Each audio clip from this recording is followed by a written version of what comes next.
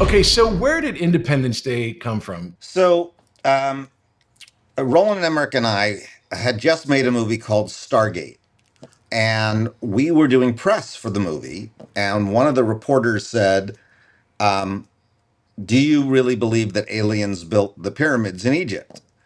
And we said no. And they said, "Well, how could you make Stargate if you don't actually believe that?" And we said, "Well, because it'd be a great story." And then Roland said, I mean, just imagine, just imagine if we woke up tomorrow morning, stepped outside of our homes, and there was a 15-mile wide spaceship above our houses. Wouldn't that be an incredible story? And then he turned to me and went, "I think I got our next movie." From the heart of Hollywood, it's the Patrick Labyorteaux with Patrick Labyorteaux. It's the Patrick Labyorteaux. Patrick Labyorteaux. He's the one you gotta know. Tonight's episode, Dean Devlin. Patrick Labyorteaux. He's the one you gotta know.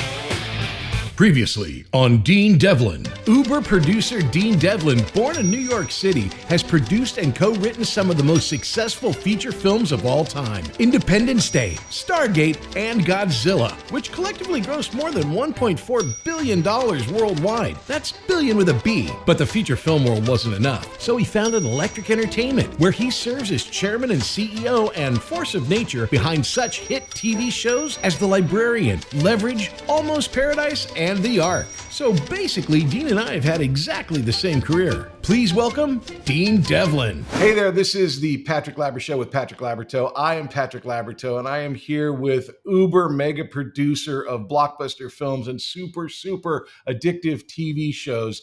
You know him as a huge producer. I know him as the other actor in Hawaii who would not stop writing. Please welcome Mr. Dean Devlin. Thank you, Hey, Patrick. Dean, how Good you to be doing, here. buddy? I'm good. It's good to see you. Same here. Thank you so much for coming on. I got to tell you, man, just as a little bit of how we know each other, we ended up doing this sugarcane industrial film in Hawaii together. Now, the way that I remember it was during some sort of strike, and I figured, well, great, I'll go and get this industrial. No one's going to be auditioning for it. And I walk into this office and literally every actor in town is there because everyone's out of work and they all want to go to Hawaii. What was your experience? Um, I actually just got cast in it, which was super cool. And I think it's just because there wasn't a whole lot of guys who looked like me at that time. Right? Uh, so I think they thought of me as a slightly older CNH sugarcane boy. So Act one, beginnings. Okay, so let's start there. Okay, so you started off as an actor and yes, you come from a Hollywood family. Your dad is a producer. He produced Witches of Eastwick. He produced My Bodyguard. Your mom's an actress who was in every movie that, look, if Rick Dalton had a real show, I bet she would have been on it. It was in that's that true. perfect time of it. She would have been on Bounty Absolutely. Law. But you're not a Nepo baby, as far as I know. It was almost like you had to fight with your family to like get into the business. So what was it that got you into acting?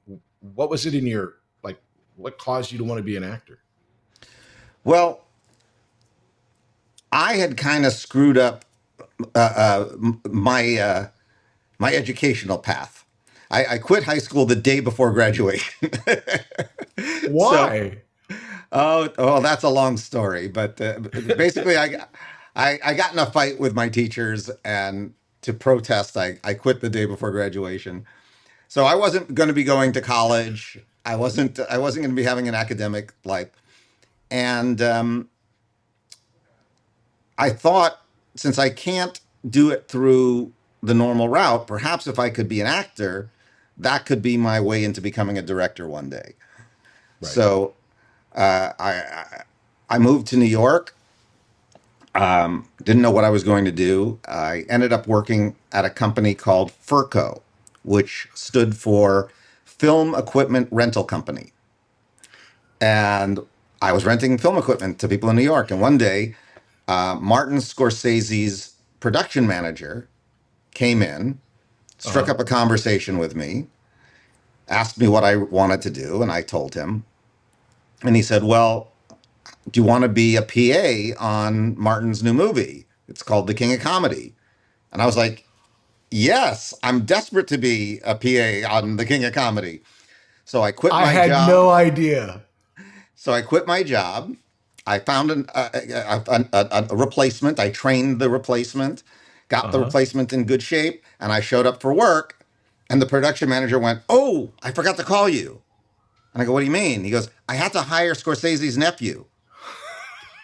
And I was like, "I just quit my job." He goes, "Yeah, I feel Oh my bad." God. I said, "You feel bad? I can't pay my rent." So I went back to the apartment and I was like, I don't know what I'm going to do with my life.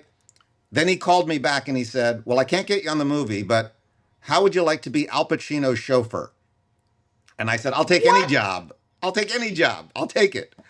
And I became Al Pacino's chauffeur for the next 2 years. And he showed me a whole other world of acting, a whole other way of thinking about being an actor. Where's that And movie? Have you ever so thought about writing for that whole that 2 years is not a week. That's a long time. it was an amazing 2 years. He was an amazing mentor. Taught me a lot about acting, a lot about filmmaking. One of the stories I always love to tell is he was doing this play called American Buffalo off Broadway Yes, while I'm he was aware. shooting the movie Author. Uh-huh. And I remember being on set on Author, and I thought, oh, he must not like this movie. And we were in the car, and I said, do you not like this movie? And he goes, "What do you mean?" I said, "Well, I watch you in the play every night, and you're like amazing. And then we're here on set, and it I don't know, it kind of looks to me like you're not really doing anything." And he said, "I want you to come to dailies with me the next day." So I did. And when we got in the theater and I saw the big screen, he was brilliant. And I was like, "I didn't see any of that." And he said, "Dean, if the crew laughs, it's too big." And I never forgot that. This is really fascinating because I tell a similar story when I work with Jim Carrey. Okay, so I'm doing one scene with Jim Carrey and Yes Man. I'm there on the set. I'm 3 feet away from him, and Yes Man was not a big character. Obviously, it was a Jim Carrey kind of straight role, but he's still Jim Carrey. And I'm watching him, and all day I'm thinking, oh, okay, I guess he's really toning it down. He's not really doing anything. He's not doing anything really. And I wasn't disappointed, but I was surprised, like, wow. And then you see the movie, and when you see the frame, it's so different. Everything Right. comes to life. Right. Now, obviously, you're a total pro. Where do you think that comes from? What do you think is going on there with that? Not only just Al Pacino and Jim Carrey, but like what's happening when the camera's watching an actor? I think the magic of film acting is that the camera can see what you're thinking. So you don't always have to show what you're thinking. You just have to think Mm-hmm. it. The camera will find Yeah. it.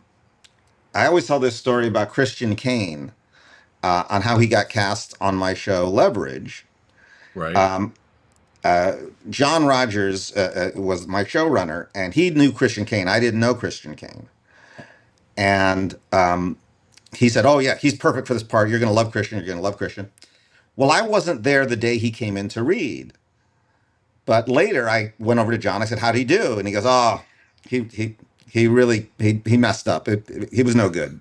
So I said, "Okay." So we moved on to look for other actors, but we didn't see any other actors that we liked. And so finally, it was Right. getting very close to the time to shoot the show, and I called John back and I said, "Did you guys tape his audition?" He said, "Yeah." I said, "Let me go see the tape." So I go and I look at the tape, and he's brilliant. So I called John. And I said, "John, did you look at the tape?" And he goes, "Why would I look at the tape? I was in the room." I said, "Come Yeah. into my office and look at the tape." And when he saw it, he was like, "Oh my God, he's great." I said, "Yeah, he wasn't acting for the room. He was acting for the camera." It's fascinating to me. So you have this great insight with Al Pacino. Um, you worked a lot, okay? You worked a lot as far as that 10, 15 years. Did you take that information and did it affect the way that you would either audition or the way that you would choose how to play something? Oh yeah, working with Al completely changed my idea of what it was to be an actor. I grew up in Los Angeles where everyone with a photo and a resume is an actor. Right. But, in New York, especially around Pacino, uh, you had to earn that title. You couldn't Yeah. say you're an actor unless you had done something so that you were acknowledged for it. So that really became part of the way I thought about acting. That it was like it was not something given; it was something earned. What was your favorite? I don't want to go like on a list of how do I ask this question when you're in New York with Al Pacino and you have this moment. What you said your goals changed. What changed as far as what you wanted to do at that point? How did it change? Well, I think in my head, I just thought, I'll get on some TV show. If the show's a hit, they'll let me direct, and eventually that'll turn me into a director. But I wasn't real. I only was looking at the acting as like something that I would just get and Uh-huh. just be able to do. I hadn't really thought of it as something I had to really work at and actually be good at it. And and Did Al you just think kind of that because of the LA thing, or because your mom, or just because you grew up with it, or all yeah. I those mean, I things? I think the world I grew up in, on a lot of people got jobs who were okay, not great, but they look good Still or. do. um, but yeah, it was just a different mindset, and it just had me thinking about the entire process differently. I mean, I knew I had to study. I knew I had to get like really good acting coaches. I knew I had to be around other actors who were going to challenge me. So I realized it was a tougher road than I had thought it was, So and I was you going to be realize more it's aggressive about it. tougher. You've mentioned directing like three times already. So at that time, that was your goal, and acting was a way in. Did it change from being wanting to be a director to wanting to be an actor, or just knowing that if you wanted to be a better actor, you had to do these things? Did you then want to become an actor over a director with Pacino and that I experience? I thought I only had a chance at being an actor. I didn't think I had a chance at anything else. Just because I had not gone to college, I didn't have anything. I had one student film that won an award in California when I was 13. But other than that, I had nothing, really to be able to promote myself as a professional. Yeah, but here's a really interesting thing because people are going to be wondering, but your dad's a producer, your mom's an actress. I know, but share the reality of how that works for real. I mean, you're saying you didn't have an opportunity, but people would say you did. Well, my father was dead against nepotism. So he would just not, I mean, he wouldn't let me work on his shows. He wouldn't put me in anything. It was Uh, literally harder because he was a producer. yeah, I mean, okay, this is a really harsh acting story. I'll tell you this Okay. story. This is really harsh. So before I had moved to New York, after I had dropped out of high school, I got a role in a play here in Los Angeles called Comedies by Shakespeare, where we did 12 Shakespearean comedies all in 2 hours. So Wow. it was madness. Yeah. So my father, the movie producer, comes to the show. He sits front row center like this, the whole show. So now the show's over. I'm backstage and I'm taking off the makeup, and my Mhm. dad's hand comes on my shoulder and he says, "Son, I've been a professional in this business for over 30 years. You're not an actor. You're never going to be an actor. And it's time you Oh, figure out what you're going to do with your life." oh my So God. now, time cut years later, I've moved to New York. I've worked for Pacino, changed my whole attitude about acting, and I get a play, the lead role of a play. And my father flies to New York, sees the play, loves the play, comes to my dressing room afterwards and raves about how great I was. And I said, "Oh, what happened to I'm not an actor, I'm never going to be an actor?" And my dad looked at me and said, "Son, if your father can talk you out of being an actor, you aren't one." That's a great story. Did you think that that's really what went down, or he was like trying to No, I make do, it? because my father hated the Yeah. business. He hated what it did to people. He Uh-huh. regretted that he had gone into the business. And Wow. for him to see me wanting it was just a huge disappointment. He would have been happy with me doing any job other than something in the business. So this is fascinating to me because I mean I know you and I know that from literally the moment that we met, you were talking about a script you were writing about a paparazzi that you wanted Sean Penn to play. You were Right. writing the script. All you do whenever I'm around you is talk about film. I always assumed it was because you grew up with a mom as an actress and a dad as a producer, but it Well, seems like that. I Go think ahead. that is true because I was on movie sets. I was on their sets. And Okay. that's like a kid being at the circus. You're just going to you're going to get infected. So I think they definitely had been responsible for it, but they just had regretted it. Is there a magic moment for you, like when you were a kid, where you're like, because I remember mine, where you're on a set and you go, I got to do this all the time? Or was it just you were soaking in it? Or was there one moment? Well, probably the moment was my father was doing a movie at the Warner Brothers lot in Burbank. Uh huh. And I discovered that he had a golf cart. And I stole that golf cart. I think I was 13 at the time. And I drove all over the lot, going all through the back lot and all the old. I was like my own private Universal Studios tour. And I think that by the end, oh, and then I got busted because the Teamsters got mad at me for driving Of the golf course. cart. Yeah. And then I had to like go to my father and get reprimanded. But it was so naughty and so much fun, and I was just that was it. I needed to be on movie sets for the rest of my life.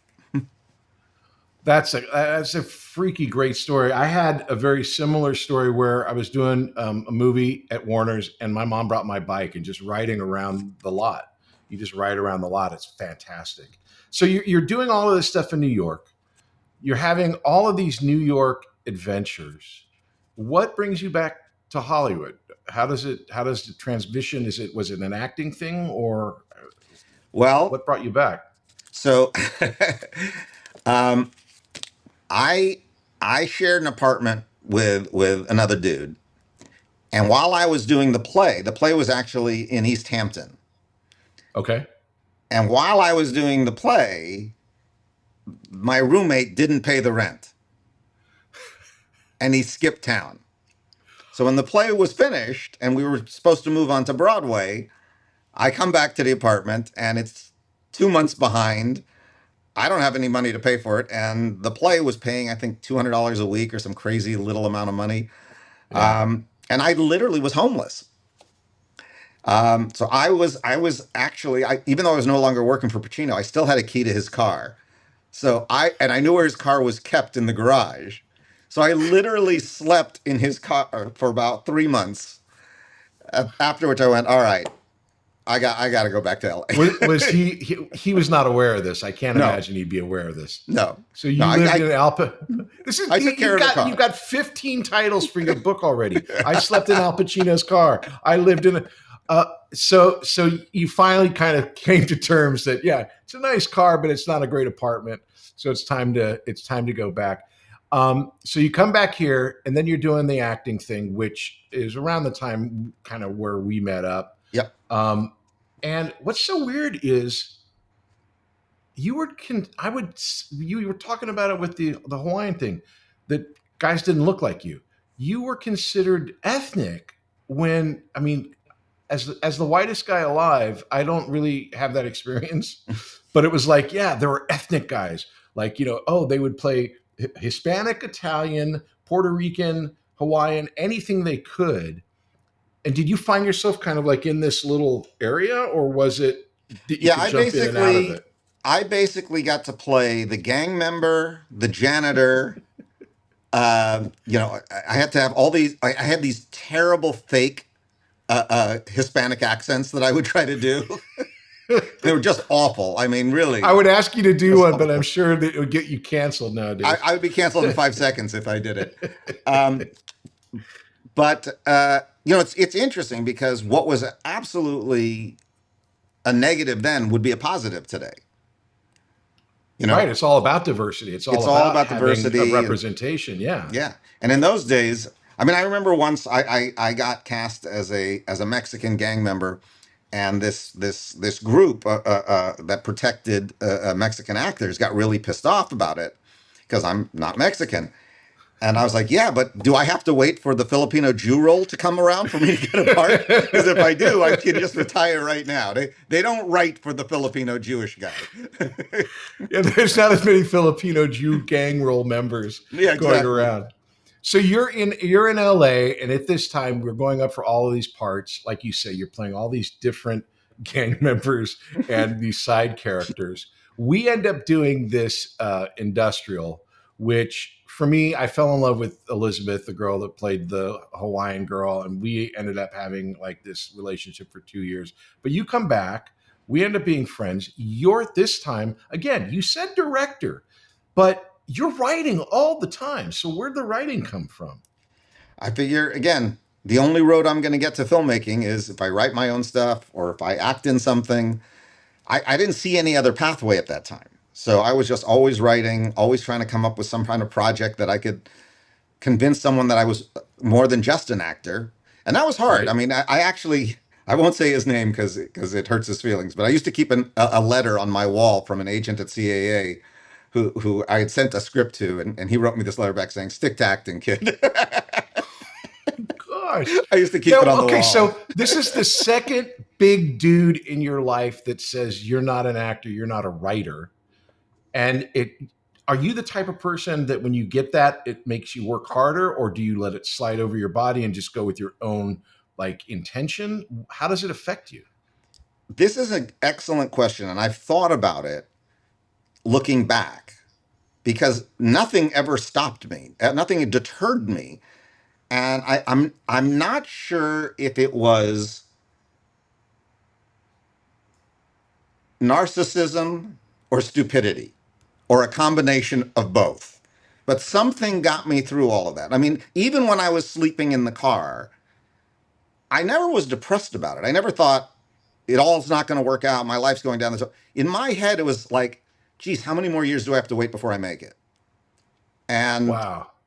I don't know why I had that attitude. It was probably my mom, but it's odd looking back. Because of your mom, because that's her personality, or she was the opposite of your dad and was always fawning over your accomplishments, or I don't know. My mom believed I could do anything I wanted to do, and she was the exact opposite of my father. I mean, they were divorced, so I had two different homes to be Okay. in. When I was with mom, I could say, I think I'm going to be a rocket scientist, and she goes, "That's great." you know, my dad was like, I think they need a plumber. Right. Maybe you could be an apprentice. So yeah, it was very It's different interesting, man. attitude. And when you think about parents, it's like I'm already psychoanalyzing your dad. Like it sounds like maybe he had dreams that were crushed, and he loves you and doesn't want your dreams to be crushed. And your mom, who's gorgeous and talented, had experiences and success, and lives in that kind of actor world of maybe make believe or pretend. Never met either one of these people, but I think that you're a combination of that in that you're pragmatic and understand that there's going to be difficulties. But unlike any other person that I've worked with, as soon as you hear what the issue is, you don't bother to worry about it. You just get on fixing it. Where does that part of what this is coming from? Is just that chug along mentality? I think, again, I say this as a parent. I think if we make sure our children know that they always have a home, they get less and less afraid of failing. Mm-hmm. And my mom, more than anything, always made me feel like no matter what happened in my life, I always had someplace to go back to. And in fact, I did go back a couple times. So, I think that Is that sense where of you ended up when home, you came back to Hollywood from New yeah, York? Yeah, yeah. yeah. That So, does matter. It does matter. That not so much something to fall back on in the sense of like let them do it, but a safety net. And again, not a financial safety net, but a safety net of love, yeah, of emotional security. support. That there you go. Good. Yeah, that's the word. Yeah. Yeah. Yeah. I mean, I think, So that's so you're struggling at all of this acting stuff out here. We do this thing. We become friends, and your life turns around. I'm not taking any credit. But it was all you. we end up Yeah, it was all me. We ended up going up for this movie, which I didn't get, but you get. It was this German movie, a science fiction movie that was, I would literally, I think everyone in the room, everyone there, everyone going in was writing it off as like, this is nothing but a paycheck. But we So all want a I'll tell paycheck you and my we all want a story on job. that. Yeah. So So tell us about this movie. I had two auditions on the same day. Okay. One was this sci-fi movie, which was one of the worst scripts I'd ever read. On the same day, I auditioned for Arturo Ui at the Mark Taper Forum. And the rumor that I had heard was that Keanu Reeves was up for it. And I really wanted to show that I'm up there with Keanu Reeves. Right. I don't know if he was really up for it or not, but I'd been told that. I believed it. So it motivated me. Was he So Keanu at this point or still Casey Reeves? no, he was Keanu. Okay. He was known. We were jealous of him. Okay. Anyway, so that night I get a call from my agent and he says, "Good news, you got them both." And I said, "I can't believe this. This is fantastic." I said, "But I'm going to do the play." And he goes, "Okay, I understand that. And if you want to do the play, great." He goes, "Do you know what it pays?" And I said, "No." And he goes, "It's $250 a week."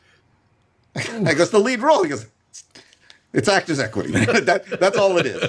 And he knew, my agent knew that I was taking care of my mom at that point, that we were sharing a house together and I was paying all the bills and my unemployment had run out and 200 a week was kind of tough. And I said, "What does the movie pay?" And he goes, "You can get 15,000 for the movie." I'm like, "Ah." I go, "But it's awful. It's going to, it'll kill my career." And he said, "Dean, it's so awful. No one will ever see it." So just do it, get the money, take care of your family. When you get back, we'll find you another play. So I said, "All right, fine." So I take the movie thinking, oh, yeah, this is going to be a nightmare. And I get to Germany and I see some of the most beautiful sets I've ever seen in my life. I mean, just beautifully designed. Wow. And the director, he's moving the camera like Spielberg does. I mean, like really brilliantly moving the camera and designing these shots. And I'm so impressed with it. And I went over to him and I said, "You're a real director. Why are you directing this piece of crap script?" And he said, "I don't know. When I wrote it, I was like, yikes." So So you remove your foot from your mouth, and then you said, I said, "English is your second language. Would you be okay if I were to, improv my dialogue a little bit? Just to give it a little bit more authentic flavor." He goes, "Yeah, improv. I love improv. Yeah, do it." So I do. Well, about 3 days later, he pulls me off set and he goes, "Dean, we have a very big problem." I said, "What's that?" He said, "All the other actors are very angry with you." I said, "They're angry with me? What'd I do?" He goes, "You have all the best lines in the movie now." So he said, "Would you rewrite their dialogue as well as yours?" I went, "Absolutely." So now I'm doing a dialogue pass for all the other characters. I'm having a ball. I'm acting and I'm kind of writing. okay, so I love this story. When you're doing that, when you're in the midst of this, were you in the actor's mode, like now I got to take care of these guys, or were you excited to work with this director guy, or were you just excited to be writing? Did you feel where was your head? Honestly, I was just so excited that someone was taking me seriously creatively and that I got to be part. I wasn't just going to be a meat puppet. I was going to actually be part of this whole thing. Right. And anyway, the upshot of it was the movie got finished and it was still pretty terrible. and Roland called me and said, "Take a look at the movie. Tell me what you think." So I watched the movie and he said, "How do we make this movie good?" I said, "To make it good?" And he said, "Yeah." I said, "Well, we're going to have to reshoot about half of it." And he said, "I can't afford to reshoot half of it." Because no way. He goes, "Well, what do we have to do so I can at least sell the movie and get the money back so I can pay back my brother who lent me the money to make the movie?" I said, "Well," I "think if we shoot a new opening, a new scene in the middle, and a new scene at the very end, it'll at least track. And then I think you could sell it." And he goes, "Yeah, let's do that." So I did all the rewrites. we shot it, and yeah, he sold it. He was able to sell it and get his money back. And that began a 12-year partnership of writing and producing with Roland Emmerich.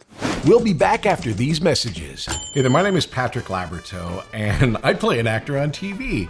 And I also have this acting school called Working Actors School. And what we do there is we teach people to act using Zoom. So you can take an acting class with me and with a person in Connecticut, in Florida, and San Diego all at the same time, thanks to the miracle of Zoom. And I'm very excited to announce that we have a brand new class called Adult Weekly Class. Now, what is that? Now, that's a class that'll meet every Wednesday at 5:30 p.m. Pacific, and you come in and you have an hour-long acting class with other students. It's very, very simple, very, very fun. So if you've ever wanted to be an actor or try it or just mess around, these classes are great. So the Adult Weekly Class is going to be every Wednesday at 5:30 Pacific.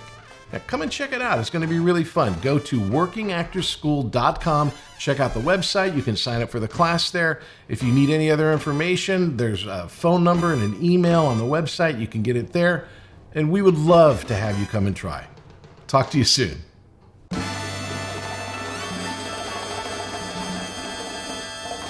Act 2, Success. So this is wonderful. So you found this person that you're working with that you're creatively in sync with. You guys come back from Germany, and I believe, and you'll correct me because you know better than I do, Universal Soldier was your first project together back here? Well, it was the first one that got made. We were supposed to do another film. Okay. We were supposed to do a film called, God, I don't even know if I should tell this story. We were supposed to do a film called Isobar. And Joel Silver was the producer, and Mario Casar was the executive producer. Stallone was the lead. And Roland asked me if I would rewrite the script. So I just went and did it. And I was writing the script. And the day before I was finished, there was a big announcement in the paper that they had just hired Steven D'Souza for $2 million to rewrite the script. Oof. And Roland called them up and said, "You're getting a script for free tomorrow. Why don't you wait until you read that before you spend $2 million?" And they yelled at Roland and said, "We just got you the greatest writer in Hollywood. You should be grateful, blah, blah, blah, blah." Anyway, the upshot of it is Roland didn't like the script that Steven wrote. He liked my script. He said, "If you want to do Dean's, I'll do it. If you want to do the other one, go with God. Have a good time, but I'm not directing it." And they kind of didn't think he was serious. And they started prepping the movie as though he was going to direct it. Yeah. And then about 3 weeks before the start of principal photography, Roland drags me into a meeting with the studio and says, "Listen, I just want to make sure you understand I'm not going to be there in 2 weeks when you guys start shooting." And they started screaming at him, saying, "You'll never work in this town again." And Roland says, "Yeah, I don't care."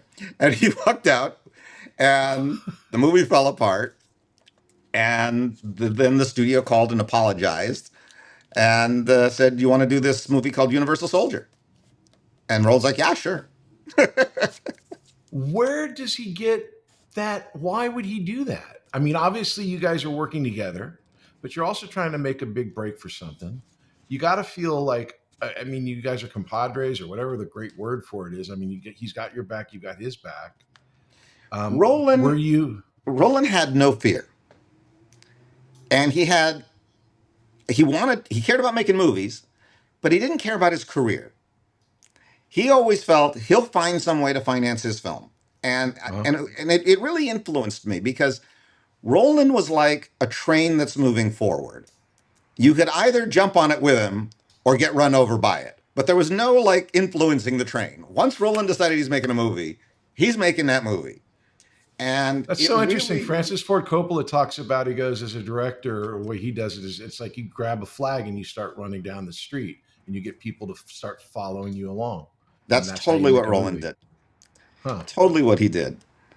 And so that led to that. You were working with him on this. How are you feeling about this? I mean, obviously he's got your back, but were you like going, "Dude, maybe we should rethink this," or I don't know. What were you thinking? It was hilarious. So back in that meeting where Roland basically walked out, he walks out of the room and I'm alone in the room with Joel Silver and Mario Casar. And I'm like, two of the scariest dudes in the 80s, 90s ever. And I'm like, that guy's my ride. I gotta go.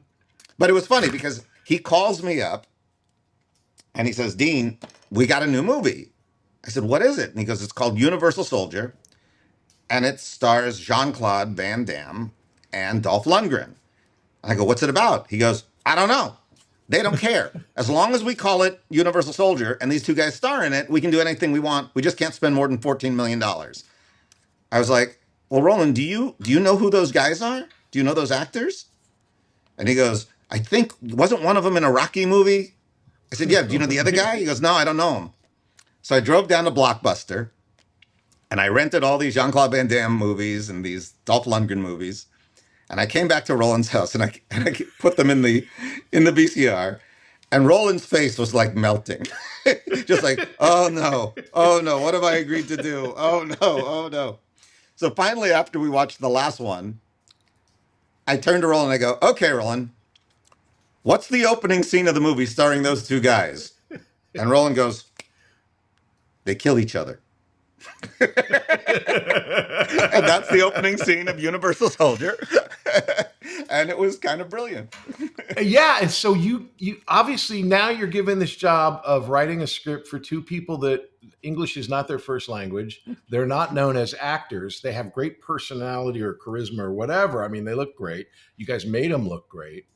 And we turned them into zombies. There you go. Okay, so that's how you figure it out. We made them zombies. Perfect. So this whole process, you guys are working together, building this film out. Yeah. When and I don't know if this is a good thing for you or not, but you've always looked young. You still look young. But back then, I mean, you looked like you could have been a newspaper boy on set. And it's like, here, kid, get me some coffee. What was it like for you to be a producer of this film where, I mean, Hollywood is Hollywood. Shit happens really, really fast. But now you're the producer, writer, and your partner's the director. And I would imagine, based on you, that knowing Roland and his lack of English, you're taking care of most everything except the shots and the directing. Well, on Universal Soldier, I was not a producer. I was only the writer. Okay. But because we had a difficult experience, getting over the finish line in the way we wanted to, I told Roland after that movie, I said, I won't write another film for you unless I'm the producer. And so the next one, Stargate, that was the first time I actually got to be the producer. Okay, so this is great. So I liked Universal Soldier. I'm a big 80s fan. Obviously, you guys came up with a lot of great set pieces, a lot of great look, and a lot of great story, which I thought was kind of cool on the science fiction stuff. Stargate, I freaking love. I love the whole mythology. I love the idea. Where did that come from when you guys you finish Universal Soldier? How does one transition from that to Stargate? So Roland had a movie that he'd wanted to do since film school that he called Necropole. And the idea was that there was a spaceship buried underneath the Great Pyramid of Giza. And in this opening scene, it arises. It rises up from underneath the pyramid. It was a great visual. Yeah. But he didn't have a whole lot beyond it. He pitched me like the first act, but he didn't have much more beyond that. And I told him that I had always wanted to do a movie. And I said I didn't have a title for it, but it was basically Lawrence of Arabia in outer space. And it took place on this other planet. And it was this guy who helps these slaves. And he gets the slaves to rebel against the evil lords of the planet. And he kind of liked that. And we said, well, how do we connect these two ideas? How do we put your movie and this movie together and make it into one movie? And it was actually a brilliant production designer named LaborSheaux, who was a dear friend of Roland's. And he turned to us and he said, other than the movie The Fly and Star Trek, there's not been a lot of movies with transporters in it. He goes, it's really common in science fiction novels and science fiction writing, but there hasn't been a lot of use of it. He goes, so what if it's a transporter that takes us from Earth to this other planet? And I said, not a transporter, a Stargate. And that's how it started. Oh my gosh. And that word came out of your mouth, out of your head, and it just obviously when you hear it, you go, "Oh, of course." Yeah, and now had no idea that there was already a video game called Stargate. So while we were in Right, production, I'm right. like, oh, I hope we're not going to get sued about this. But yeah, I thought I made it up. Well, but I mean, you did. I mean, that's the whole thing. Ideas are just out there, and it's how you come around, how you come across them. So again, what I see in Stargate more than in Universal Soldier, I saw a lot of problem solving in Universal Soldier. In your writing for Stargate, I see the beginnings of what I think of when I think of your writing, which is many stories combined into one. So that you've got these story fragments that come along. You've got the soldier that lost the son. You've got the old king. You've got the alien. You've got these people. Do you do you see pulling these strings together as a style or something that you return to because you like the dramatic cause of it, or does it just happen because of the story you're telling? Honestly, I think the truth is that Roland Emmerich grew up in Germany, but loved American movies. He loved the movies of Spielberg. He loved the Raiders of the Lost Ark. He loved the Zemeckis movies. And I grew up here in love with Star Wars and all these same movies. And Yeah. suddenly we were given an opportunity to do our version of the movies we loved. So I think it was less thought out as kitchen sink. It's like everything that we ever loved in a movie, we got to have that. Oh, we got to have the spaceships that are shooting the guys on the ground, and so I'd love to say it was more intellectual or some strategy. I think it was just two nerdy guys Okay, so fanboying out. nerd out with me. What would be your favorite thing that you have in Stargate, or that is in Stargate, that's your favorite kind of like cool science fiction-y genre thing that you really like? Go, man, I'm glad we got that in. Actually, my favorite thing in Stargate was not in my script, and Okay. it was not planned. What I had written in the script was they walk through the Stargate. That's what I wrote. So Roland set up a camera through the Stargate. He did one on the side, profile of them walking through. And each actor kind of did their own reaction before they walked in. And it was fun to watch each actor do his own thing. And Kurt Russell gets it, and you see him steel up for the adventure, and he steps in. But then James Spader walked up to the water, and he just slowly put his hands in, and then he pulled his hands out and looked at his hands. And then he looked up at it with the sense of, I'm about to have this adventure. Now, meanwhile, our visual effects supervisor is yanking at my collar saying, tell him we can't hold the effect that long. Tell him we can't hold the effect that long. And I'm like, shut up. He's doing something good. Shut up. And James came up with this moment that for me in one little bit was the entire movie. It was this guy who had lived this life in isolation in a lab who was suddenly getting the adventure of a lifetime. And just the way he put Yeah. his hands in, pulled his hands out, looked at his hands, and then looked up at the gate. To this day, that's my favorite moment in the entire movie. So that's a great lead into. So you worked with Jean Claude Van Damme and Dolph Lundgren. Then your next movie, you've got Kurt Russell, James Spader, and at the time, the most hot actor in the world from The Crying Game. I'm not placing your Jay name. Davidson. Jay Davidson. All of a sudden, all these A-list. I mean, I say this because Jay Davidson has kind of gone up and down, but at the time was like that was the person I everyone think he had wanted to just work won an with. Oscar.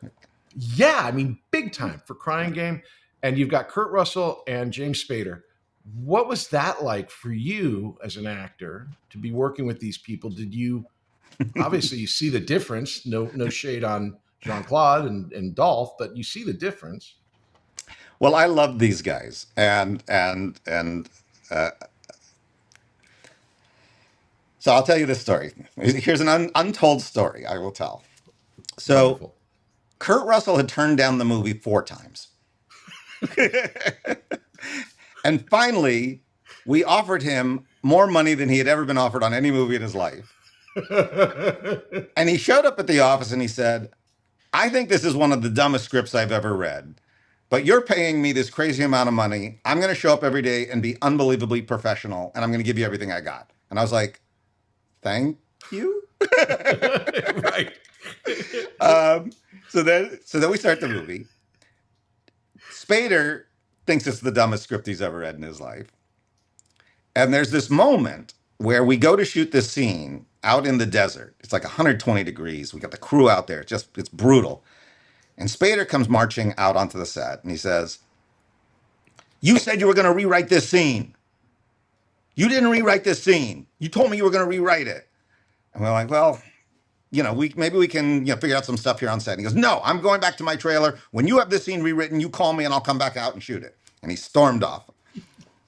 And all of a sudden, Kurt Russell shows up. And Kurt Russell goes, "Where's the kid?" And I said, "Well, he's in his trailer. He don't want to come out until we rewrite the scene." And he goes, "What?" Kurt goes marching down to James Spader's trailer, bangs on his door. James opens the door and he goes, "What the hell are you doing?" And Spader goes, "Oh, come on. You know that this dialogue is awful." And Kurt Russell goes, "Of course it's awful. That's why they're paying you $1 million. If it was brilliant, you'd do it for free." That's wonderful. Now, Had you worked or did you know any of these guys before? None. Okay. None. Wow. But I will say both men, when they saw the film, loved the movie and said, "I didn't see it. I didn't get it. Now I get it. Right. It's wonderful. And I'm so glad I was part of it." But while we were making it, they really thought they were making, an Ed Wood movie. Well, it goes right back to the same thing that we were talking about with actors and the camera. When you guys, and I say you guys, meaning you and Roland specifically, I don't have this talent. I've never produced a big, huge science fiction movie, but there's so many ingredients and so many flavors and so many things that you need to keep track of to make it a thing, like a confection, that when you're done with it and you're watching it, it all makes sense. That this may be what's going on in your head. And actors, their job is to worry about their character and what they're saying. And so the dialogue may not make sense to them at one point, but it's the tone, that kind of Republic serial kind of fun adventure. You never know what's going to be around the next corner adventure part. It just, I can see why they wouldn't see it. And then it comes out. So the movie comes out and it's huge. It was huge. So what is this? How do you guys do? I mean, not how do you do it, but you start off with Universal Soldier, which was a great action flick that everyone respected. You come out with Stargate, big hit. Now you guys are like this really known thing. Where are you as far as what you think you are versus what you are, what you think you're going to do next? How does that affect you? Well, we had not become crazy egomaniacs yet. That would happen later. In that moment, we just thought, hey, we might be able to get another movie made. Right. And so Roland and I went off, and in 2 weeks, we wrote Independence Day. Oh, come on. I mean, that's a great story, but seriously. No, it gets worse. This gets worse. This gets worse because it's absolutely something that I've never experienced before or since. And it's just one of these miracles. So yeah, we wrote it in 2 weeks. We gave it to our agent on Tuesday. The agent sent it, no, I'm sorry, on Wednesday. We gave it to our agent on Wednesday. Thursday morning, he sent it to every studio in town. Thursday night, we had an offer from every studio in town. Friday morning, we went from studio to studio to studio, hearing what they wanted to do in our pitch. We had sold it by the end of the day, and we were in pre-production on Monday. I mean, just crazy, just absolutely insane. So what was your punch list? You ended up at 20th. Why? Why 20th? So there was this bidding war that happened. And the numbers kept getting better and better for us as the day went on. At the end of the day, it came down to 2 studios, Fox and Universal. And we had to decide which one, because the 2 offers were exactly the same, and neither was going to go any higher. So we were in our agent's office at CAA, and standing outside the door was Casey Silver from Universal. Oh, man. And now, so we know we're making a decision, and we know he's standing on the other side of the door. Uh-huh. And Roland couldn't decide. And our agent said, well, guys, you got to pick one of them. And so they both turned to me and said, look, this is, your biggest film as a producer. What do you think? And I said, well, Fox made the highest offer first. I said, and Universal just made Waterworld. I worry that after what happened with Waterworld, they might stick a microscope up an area of my body that I don't want explored. We're going to go with Fox.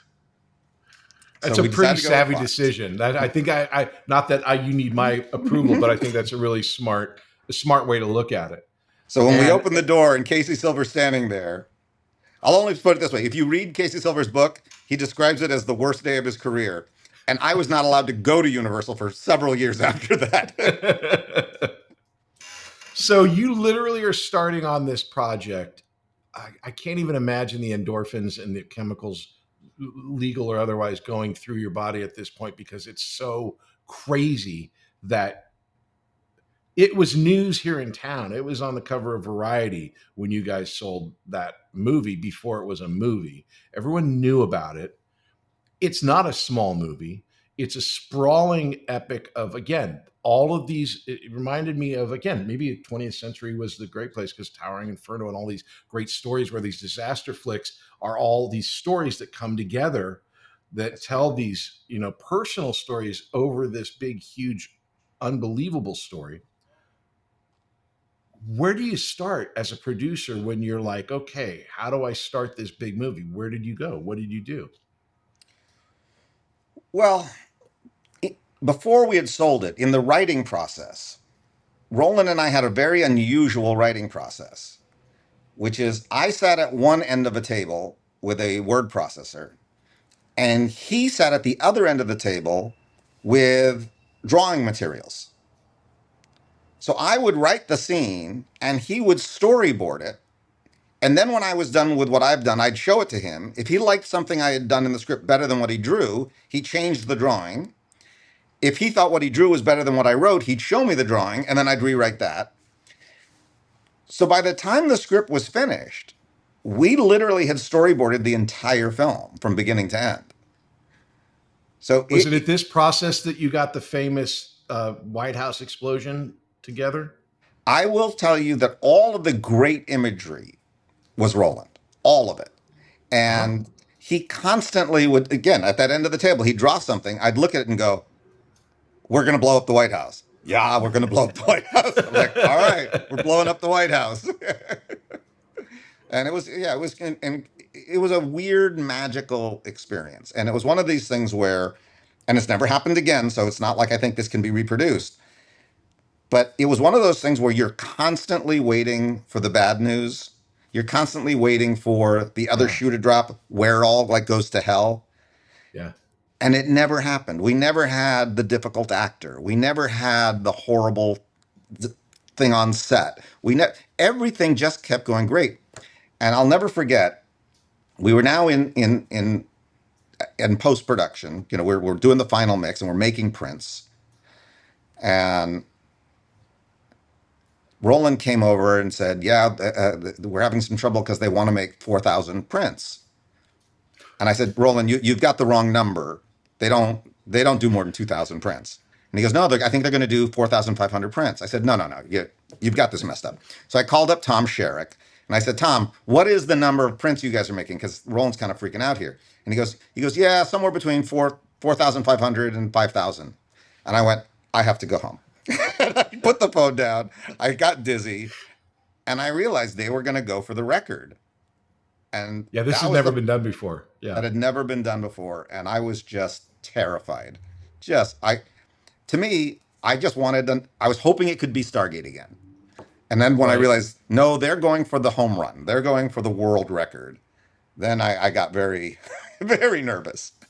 Before we get to the opening, there's one other bit. Like, you'll do a movie and no one will like it, and then it'll come out, and then 20 years later, it's like this classic where everyone loves it.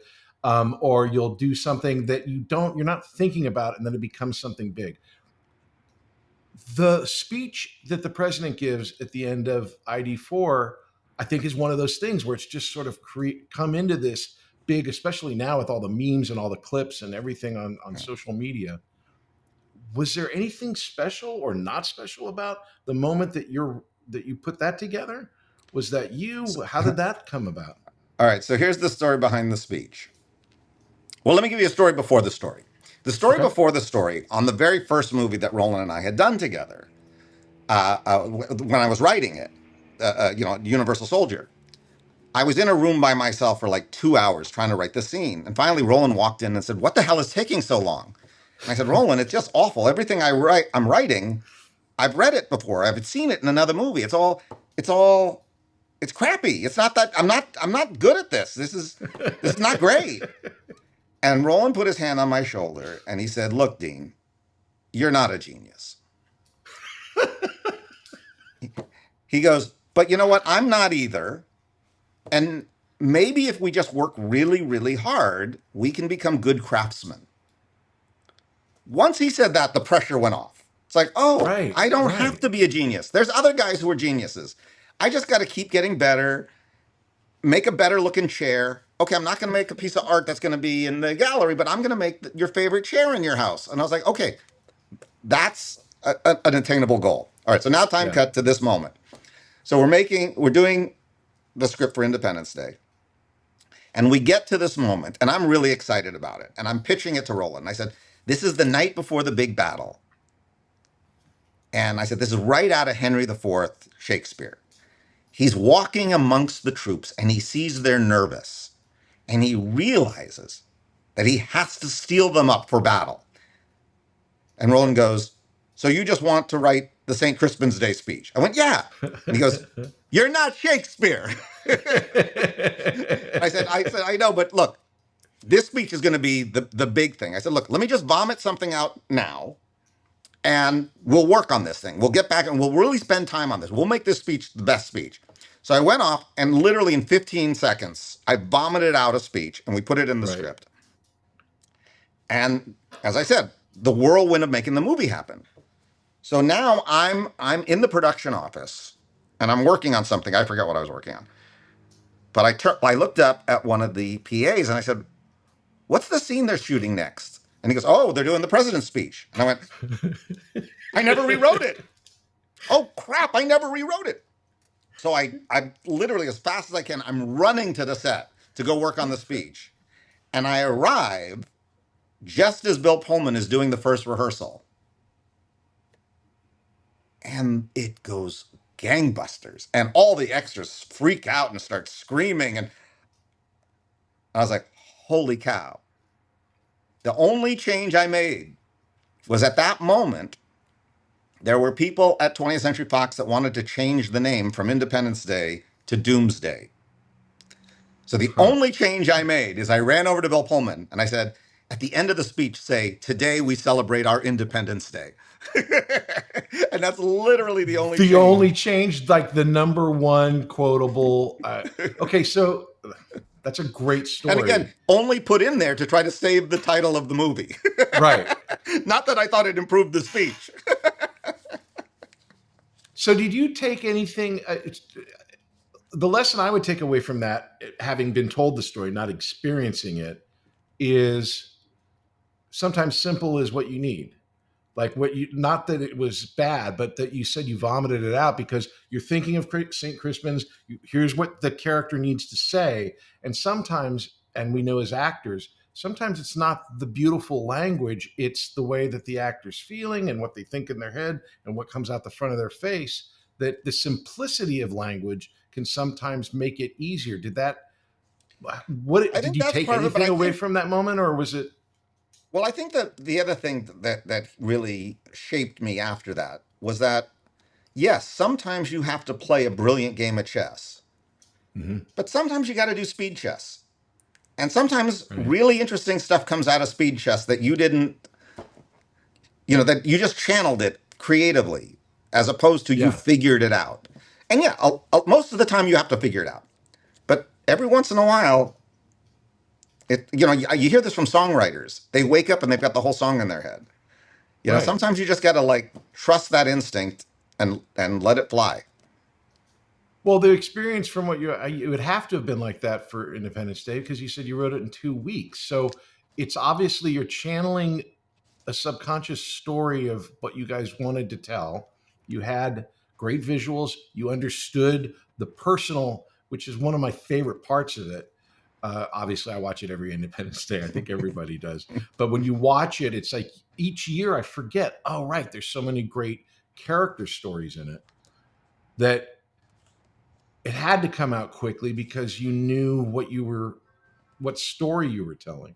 Well, that, and when on the day that we got greenlit, we knew that Tim Burton had just gotten greenlit his movie Mars Attacks. And we thought, if we Oh, and you come guys out, saw that as something similar, I guess. Of well, course you we would at knew it that was point. about an alien invasion on Earth, and ours is Right. an Yeah. alien. And I also, huge admirer of Tim Burton. And I thought, Yeah. if that comes out first, we'll look like we're trying to do his silly movie seriously. It'll kill us. Oh. So I said, we have to come out before they do. And so that put this huge rush on it of like, all right, we got to get everything done. We got to get it right. We got to get it right fast. And I think it worked out because when Mars Attacks came out, it felt like they were parroting us, which is the way it should Yeah. have been. Right. You know, it's interesting. You tell these great stories and you tell them really well. Obviously, you're an excellent storyteller, Thank you. but you drop these little things along the way, like the President's Day speech, or that, oh, I knew we needed to get there faster, or 20th Century or Fox would be the place to go. That it's these small, little, incidental, maybe ideas or thoughts that end up being like linchpins of the success. That's And so right. trying to like back engineer that and figure out, well, how do I do that again? I don't think you can. And I don't think you So should. I think the thing yeah, is, and it's this is what I different. say to actors and filmmakers who are trying to manage their careers, don't. Just work. Yeah. Interesting things will come from working. Just constantly work. I mean, you and I started a friendship doing an industrial film. Right. I mean, it's like you don't know where the interesting people in your life are going to come from. Right. And I just think if you just work whenever you can work and do the best work you can in the situation, you'll always get something from it. Always. But I see these people so many times trying to plot their careers. And of course, what's the old joke? How do you make God laugh? Make a plan, you know? Well, let's play some speed chess here because again, you've got this huge career. You they release Independence Day. It's the largest movie in the history of the world forever and ever. You are the creators of it. There's no doubt. What happens to you emotionally? Yeah, I mean, basically, that's the one I'm interested in because obviously we know what the career happened, but what happened? What does it feel like? What does it? Well, we became, and I hope Roland's not mad at me for saying we, because maybe he'd say, no, you, Dean, giant egomaniacs. Just horrible, narcissistic egomaniacs. And luckily, we then made Godzilla, which kind of brought us right back to Earth, smacked us in the face, and said, you're not as talented as you think you are. And it was the best I thing that think could it's a have happened. great compliment to your own emotional stability that you understand this or see it like this. But in the midst of it, I know I've been an egomaniac. I've been on a TV series. I've been a star. I know what I feel like when I'm, number one on a call sheet. But it's not until after when you look back, what was the real time reality of all of this when you go off and you did the Patriot before Godzilla? No, Patriot was No. after. That's how we Okay. got back on So our feet. okay. So you go to do Godzilla. Again, I like Godzilla with the many stories combining into that. You think that you were like overreaching, or what do you think was your like I'm I using your think that words, your egomaniacal tendencies in I Godzilla. think, well, let me speak for myself because I don't want to speak for Yeah. Roland because he may feel very differently. But from a writing perspective, I broke every rule I believed in screenwriting on writing that script. And the rules were broken out of narcissism. I don't need to set up the characters in Act One. I'll do a scene in Act Two, and then I'll explain the characters. No, no, no. Oh, Structure is setup, conflict resolution for a reason. I yeah. don't need to make Godzilla a hero or a villain. He's just a creature. Creatures in real life aren't heroes or villains. In movies, they're heroes or villains. You got to tell the audience how you're supposed to feel about them. We had this huge death scene for Godzilla at the end, and no one gave a crap. They're like, why am I sad that this guy, this, it was just, I'll take all the blame on Godzilla. Because again, the visuals Roland came up with were fabulous. But I wrote a No, script but that I was just appreciate the not candor. one that Look, I works. appreciate the candor and the reality of something like that. But again, when you were dealing with this, it's a different set of expectations. Stargate was more pressure than Universal Soldier. ID4 was more pressure than Stargate. All right, so I'll At tell you this the point, story. now, yeah, now you've got to be better than the biggest movie ever. So, opening day, I'm in New York at the biggest theater in New York. It's the first screening, the 12 o'clock screening, noon screening. I'm in the back of the theater. The movie's over. People are getting up to leave, and I'm standing in the back of the theater. And I see these two guys, and they're walking up the aisle. And one guy turns to the other and goes, "Hey, that's Dean Devlin." "Who?" "Dean Devlin. He's the producer of the movie." "He produced this?" "Yeah." "Sucked."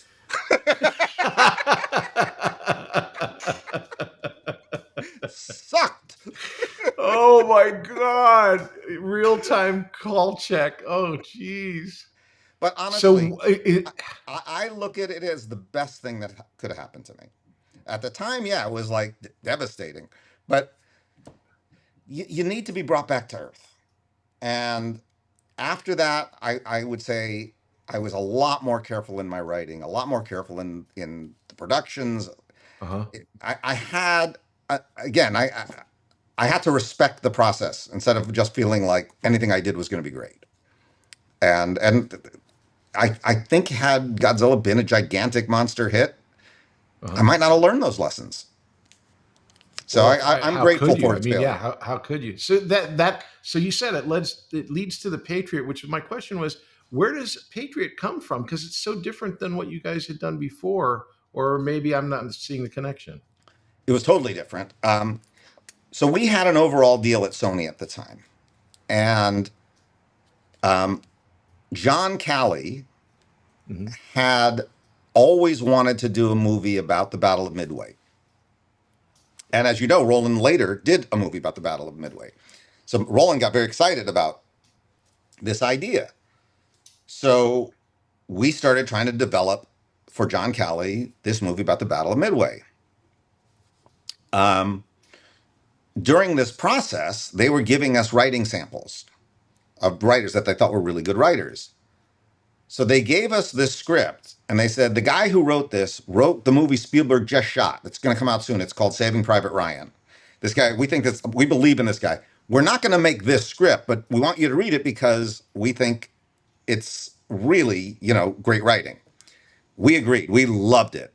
So much Uh-huh. so we really wanted to make the movie. So we came back and we said, all right, well, this is the writer we want for Midway. And John Kelly said, Sony is owned by a Japanese company.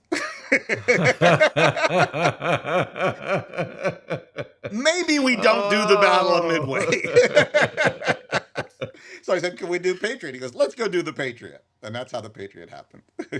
So I think I'm right that you're not credited as a writer on that. You're a That's right. producer, right? That's right. So, but come on, are you, or is it like you're still working day to So day? You got to be working on it somehow, right?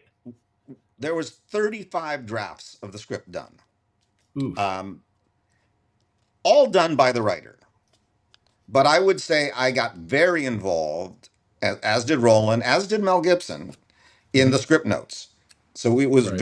it was very intense, and and we kept doing draft after draft draft. The only thing that I wrote in the movie is there's a moment after Mel Gibson's son is dead, and he's in this tent alone, and he's talking about his life, and I wrote that one little speech. But other than that, it was all written by Robert Rodat. Which, I mean, obviously he's a talented guy. I mean, I'm not looking Yeah. to say that but again, just look at this murderer's row. You've got Heath Ledger, you've got Mel Gibson, you've got you and Roland, you've got Robert Rodet, and you're all producer writers, and you're on this project. Was this you say it was kind of like a return from the bizarre experience of Godzilla of being over confident, I guess. How was the experience on Patriot? What was your experience for that? Well, almost the exact opposite, because we were going to take every scene seriously. We were going to take the structure seriously. We were going to take how we shot it seriously. We had been knocked down to earth, and we were determined to really do something good. It's an interesting thing. It's a good movie.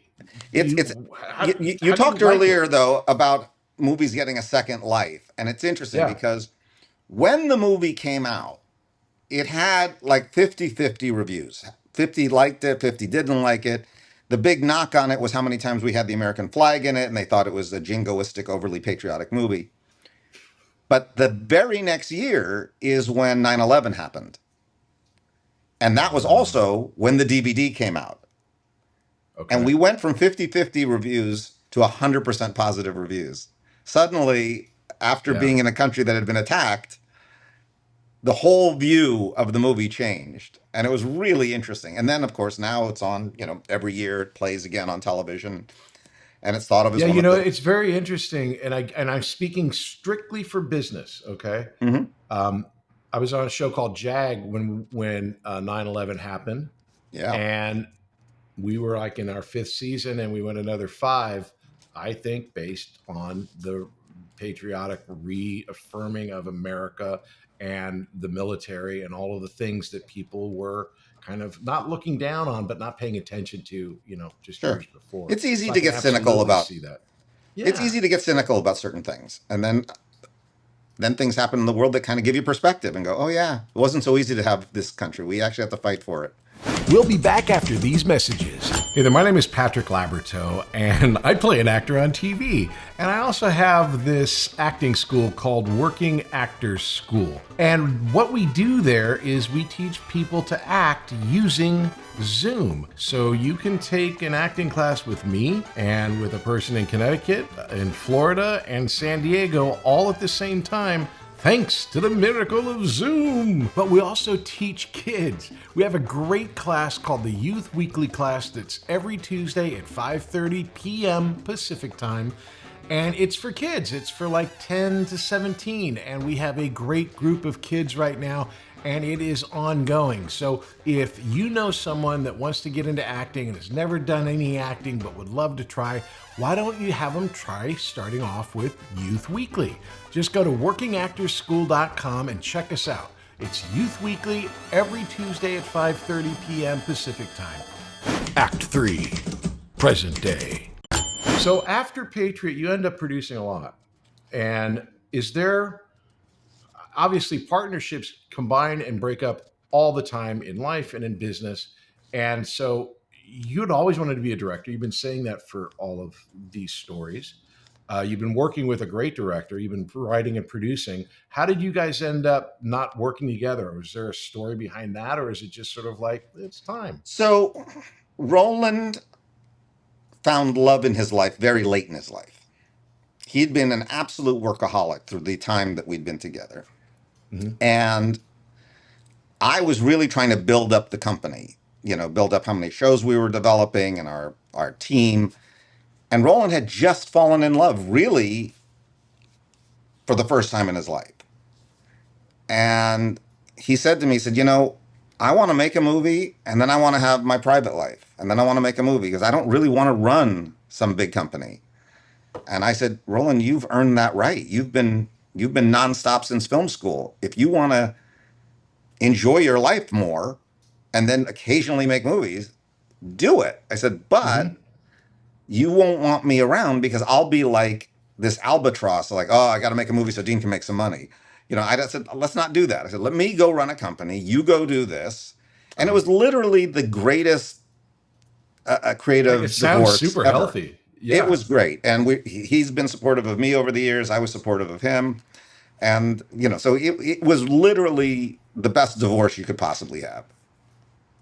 Well, I like hearing those type of stories because I'm a big fan of Hollywood, and especially when you're talking about talented people. You've had from that moment, you've had this huge career in producing and in television, and there's so much to talk about with the television. Where did you decide that the transition was going to be from movies to TV? And I'm not talking about TV like, oh, he did a show, an episode. Like you're running major series after major series for years. So that's a grind that I'm familiar with that's different. If a movie is a sprint and you're exhausted at the end of it, a TV show is a marathon that just never ends. Well, it all started with a call I got from my agent. His name was Brian Pike. He was an agent at CAA. And he said, there's a man named Michael Wright over at TNT who would like to have lunch with you. Would you be willing to meet with him? And I said, TV? And he said, yeah, just take the meeting. So I was like, all right. So I went and I had lunch with Michael. And Michael's just, if you've never met him, he's one of the great guys in our business, one of the most lovely guys, former actor who became an executive. Um, anyway, over lunch, he says to me, I would very much like to make a Dean Devlin style movie on TNT. And I said, well, first of all, that's an insane compliment that you feel there is a Dean Devlin style movie. No one's ever said that to me. So I said, thank you. I said, but I tend to make movies now that are like $100 million. Can you make $100 million movie on TNT? He goes, oh, no way. He goes, but he said, but we do make bigger TV movies than anybody else. We've had budgets up to $12 million, and nobody's doing that in television except us. And I said, okay, not to be crude and grotesque, I said, how would I be compensated? I said, I get a really nice paycheck doing $100 million movie. How would I make any money, Right. spending my time doing this? And he said, well, look, you're clearly not going to get the kind of money you get making movies. He goes, but you make this movie, you make one of these movies with us, you can own it. What? He said, you can own it. I said, wait, what? How does that work? And he said, look, we'll put up 75% of the budget for the right to show it on TNT for 4 years.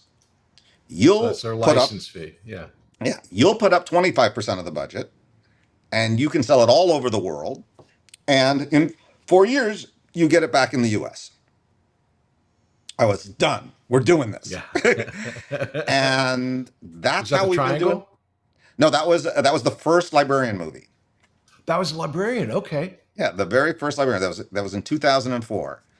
And that just changed everything. Once there was a way for us to make the shows that we love, even if it was at a lot less money, even if we made a lot less money, but we Right. could actually own these shows, be in control of them, have partnerships with. For those not in the biz, not that it's hard to understand. It's like living in an apartment versus owning a house. It's like you have all the 100%. equity. You have this in your library. Dean Devlin to this day owns the library, and that's his company's property. That when there's money coming in, you're getting a piece of it, which is the But way it's it it's should be.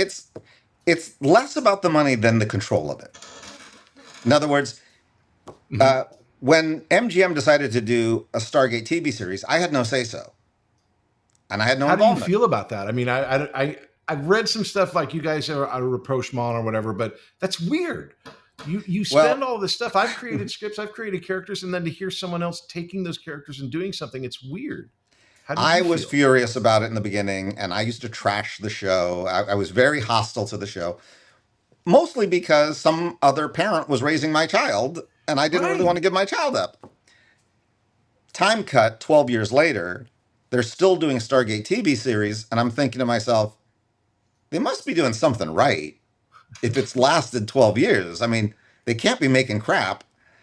And so I reached out to Jonathan Glasner, who'd been doing the series, and I fell in love with him. He's just like the greatest guy in the world. And I said, you want to do a series together? So he and I did The Outpost. I fell in love with him twice as much actually working with him. And now we do The Ark together.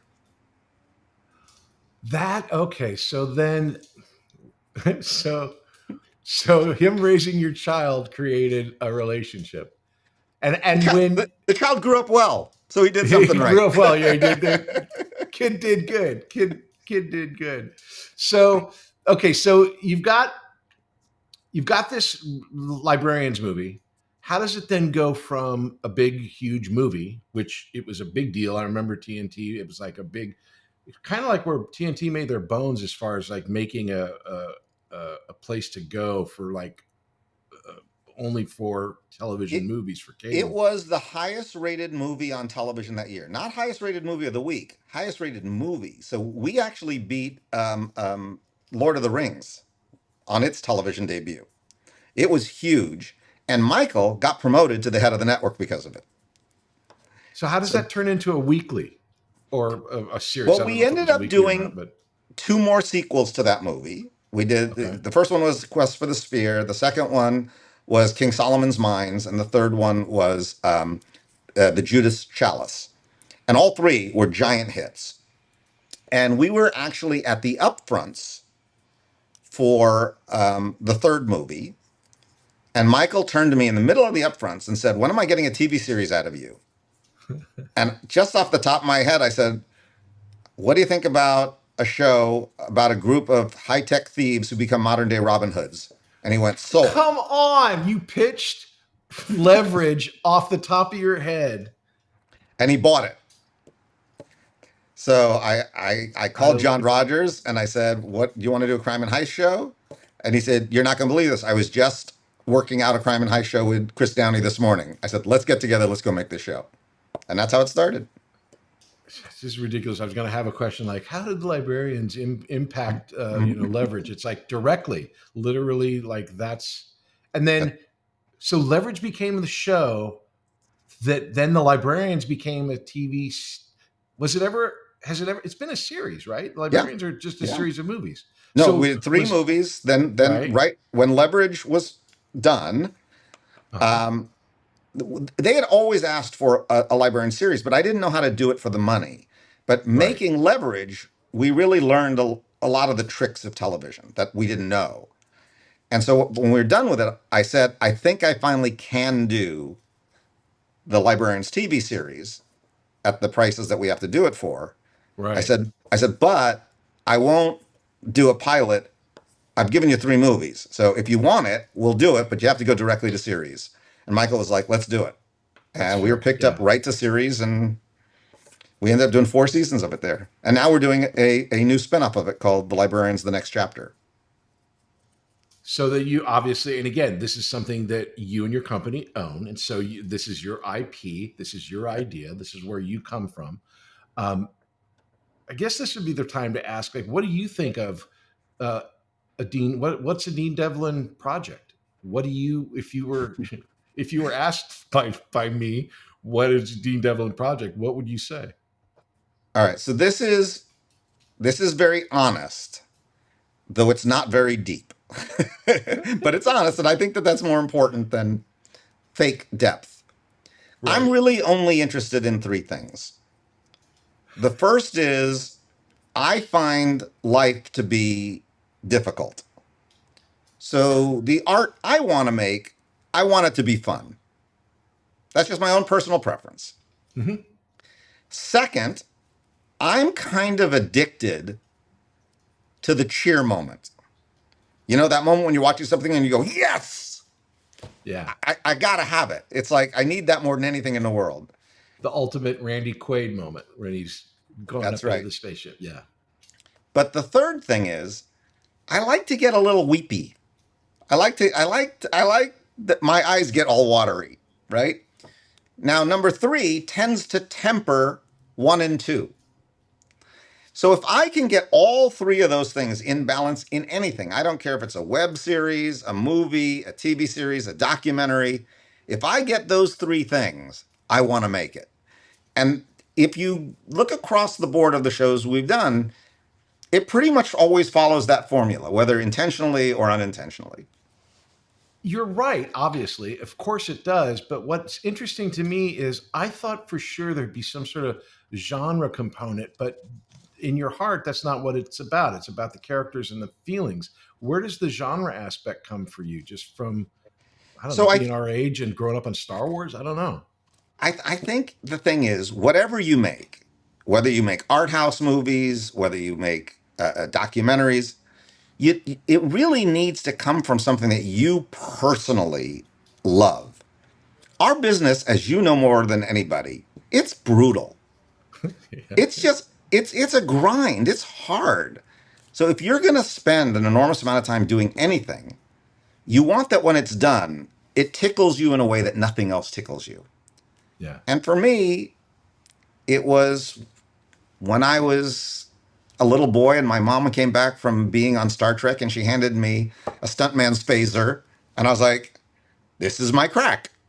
This is my new addiction and this is my crack. That is definitely a moment for sure for anybody to experience that. Now you've done, okay, so you have ended up directing. Between acting, writing, producing, directing, what is your favorite and why? Well, I don't enjoy acting, so you can cross that one off. Okay. I was never that good at it. It was always a means to an end. There's much better people to act, and I'm happy to hire them. So there's no secret desire to get myself in one of my films. So then it comes down to the producing, writing, directing, and to me, they're all the same thing. They're all just storytelling. You know, Right. I have two wonderful kids, and my favorite thing is telling them bedtime stories. You know, so I look at everything I do as storytelling. And sometimes I'm doing it from the director's chair, sometimes I'm doing it from the producer's chair, sometimes I do it from the writing chair. But it's all the same thing. I just want to weave some tale that takes you away for however long you're listening to it, so you can relax and go to sleep. You know, it's really interesting. When I've not had the same highs that you've had, but I've written, directed, and acted and produced, and the writing aspect of it, I always loved because it seemed like it was a way to just download my imagination. And I'm alone. You're alone. Right.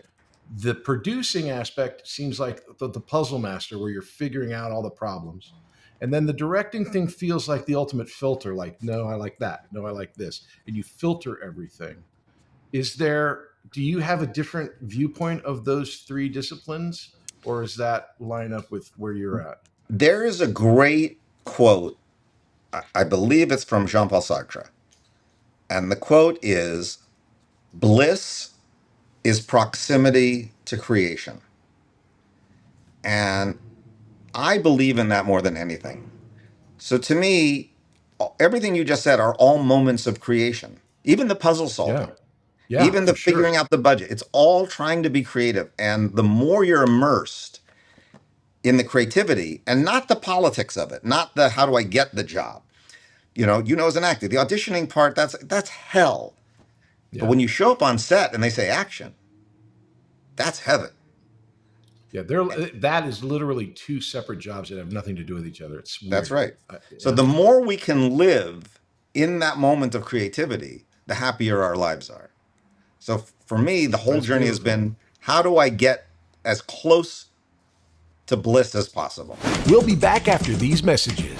Hey there, my name is Patrick Labyorteaux, and I play an actor on TV. And I also have this acting school called Working Actors School. And what we do there is we teach people to act using Zoom. So you can take an acting class with me and with a person in Connecticut, in Florida, and San Diego all at the same time, thanks to the miracle of Zoom. Now, besides classes, I also offer a one-on-one session. It's an hour just between you and me working on a particular piece of material, whether it's for an upcoming audition or maybe you're working on something and you need to have that breakthrough moment. These are really, really fun, and they're really, really great because they're really personalized and intense in all the good ways that intense can be. So if you're working on something, if you want to break through, if you want to have a one-on-one session where you're not working with other people, this is the way to do it. All the information is in the classes page on workingactorsschool.com. Act 4. Questions. So the first question is called That's Showbiz. And What is your most Hollywood moment? My most Hollywood moment? Oh boy. It was probably the phone call saying 9 studios want to buy Independence Day. That's a pretty good Hollywood moment. That was probably my most Hollywood moment of all time. Okay, that's Showbiz Part 2. What's your most embarrassing Hollywood moment?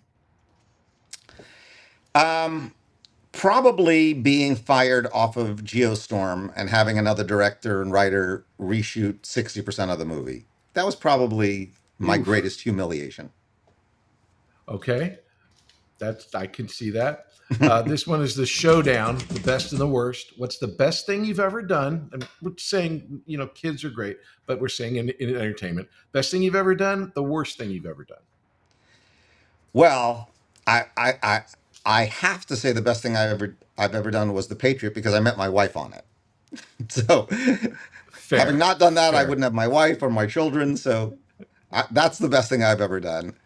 And the worst thing I've ever done, oh boy, probably a tie between Geostorm and the sequel to Independence Day. Okay. No follow-up questions. We'll be here. Show me the money. The biggest missed financial opportunity. I'm not looking for numbers. I'm just looking for what was your biggest missed financial opportunity? Oh, this is a horrible story. So, when Roland and I were still working together, we got a call from New Line, and they had just acquired a project from Miramax. And it was a big, risky project for them because they had to make 3 movies without knowing if the first one was going to work or not. So it was a Mm-hmm. 3-movie commitment. And it was a young director out of Australia who had shown promise, but he had never done a big, giant hit movie. Would Roland and I come on as executive producers and get 5% of the gross just to kind of guarantee that Peter Jackson can do this film called Lord of the Rings? And we turned it down. Oh, So that hurts me way over here. So that would All right, probably and be the then biggest missed opportunity of all.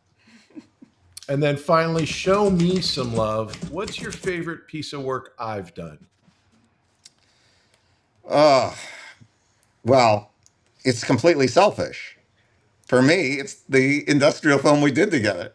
Of course, absolutely. Because not only did you take something that was absolutely wood and made it fun and watchable, but you made the whole experience for me fun. And I did this again just to have a job, and it goes down as one of my favorite experiences. And I Well, credit you what you largely said for that. earlier, I appreciate that, because what you said earlier was really true. Just go to work, right? The whole idea of this business is just go to work. And I That's say right. that all the time because that's why we're here. Why are we bothering with anything else?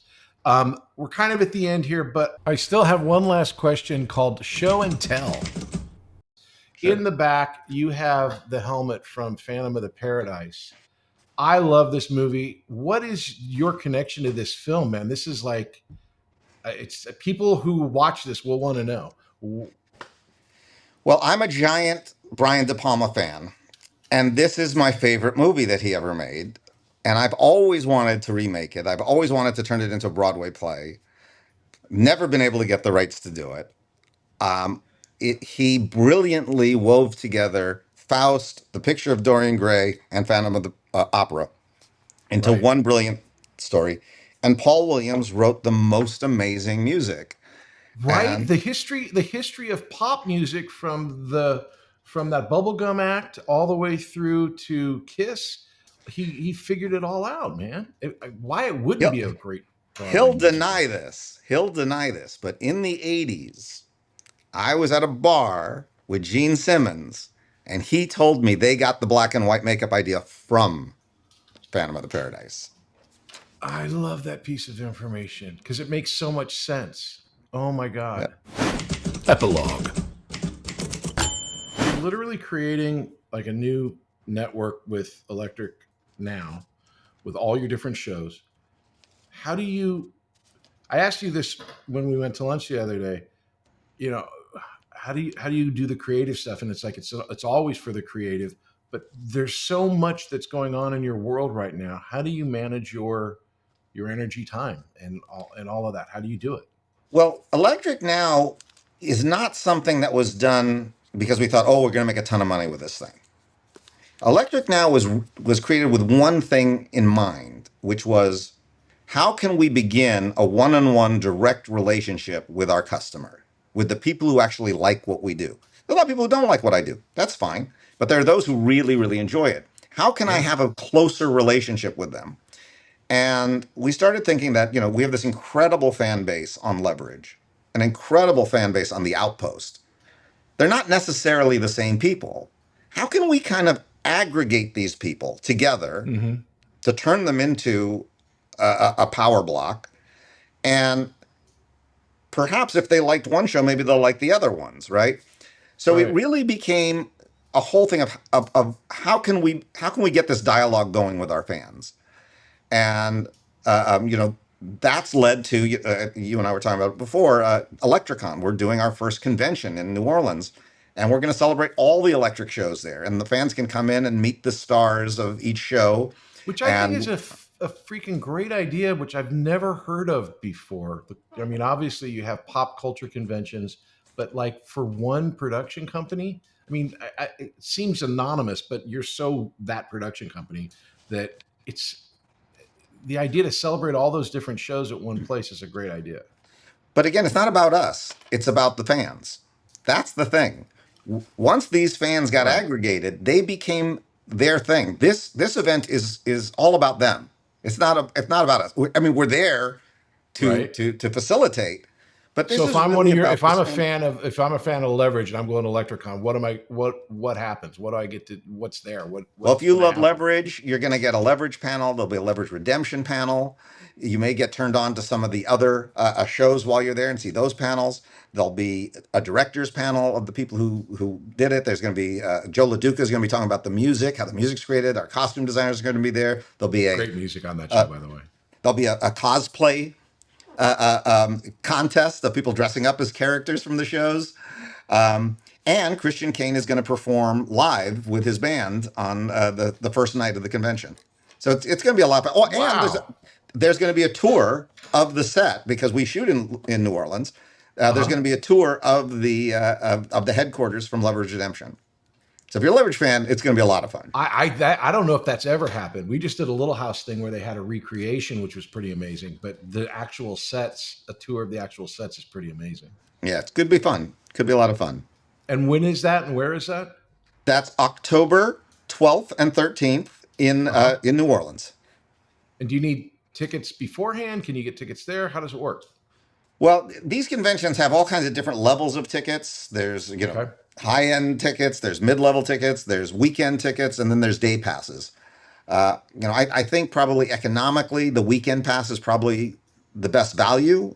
Unless you're only going to go for one day, then a day pass is better. But like a weekend pass, I think there's some savings from buying 2 day passes. Right. But again, the higher level that people go for, the more extra things like the concert or the set tour. It's an experience. It becomes something a little bit different than just coming and seeing tables and panels and Yeah, stuff. we're trying to make the whole thing an immersive experience so that for a weekend you could be inside of our shows. Of all the things that you've been doing with television, can you narrow down the one thing that you learned from television over film? Great question. So on that first librarian movie we were talking about, Mm-hmm. there was this sequence in the script where Noah Wiley is riding this horse and the girl is on the back and they're being chased by a jeep who's shooting at them, and then a train pulls up alongside and there's an opening in the car and he leaps the horse through the opening and then the car can't catch it. It's an incredible action sequence. And then afterwards, there's this very quiet scene, just Noah Wiley and the Guardian sitting around a campfire talking about life. Well, the show was about a minute and a half over. And so I called Michael Wright and I said, I'm going to cut the scene around the campfire so we can get this great action scene. And Michael said to me, he said, Dean, when you're in a movie theater and you've got an action sequence like that, your heart is pumping because you're like inside of it and the sounds and the thing. And he goes, and it actually gives you some insight into the character because he jumps the horse through it. So it's really engaging in a movie theater. He said, in television, that's when they go to the bathroom. That's when they go make a sandwich. He said, but the scene around the campfire, everybody's leaning in. On television, they want to know who these characters are. Premise lasts 15 minutes. Characters are what it's all about. They either fall in love with these characters and want to know everything about them, or if they don't like it, then you've already lost them, no matter how many action sequences you put in.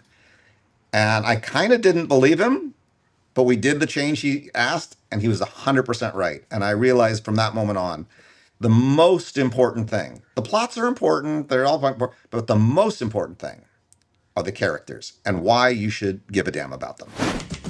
End credits. Well, Dean, dude, I could talk to you for hours, but apparently you've got an empire to run. And I thank you for the time. Thank you for sharing these freaking great stories. And I just want to say that, you know, I call you every now and again going, I just saw Independence Day or I just saw Stargate. And I really mean it. I really, in Leverage, I binged the whole thing, but like, I love these shows that you make. Thank you. And I'm just really, really happy to call you a friend, but also to be able to talk to you like this was really amazing. Thank you so much for your time. Thank you for having me on the show. I love what you're doing. I love the TikToks, and I think this is a great extension of it. And thank you for letting me be part of it. My pleasure, man. It's the Patrick LaborSheaux. Patrick Labyorteaux. He's the one you gotta know. Hey, everybody, thanks for listening. I'm really, really glad you're here and checking out the podcast. It is an audio podcast wherever you get your podcasts. It's a video podcast over on YouTube or on Spotify or wherever you get the video ones. All my socials are Working Actors School on TikTok, on Instagram, and on YouTube. Please check us out. If you want any information about the school, it is at workingactorsschool.com. We've got classes going on all the time. And again, thanks for listening, and we'll see you next time. It's the Patrick LaborSheaux. Patrick Labyorteaux. He's the one you gotta know.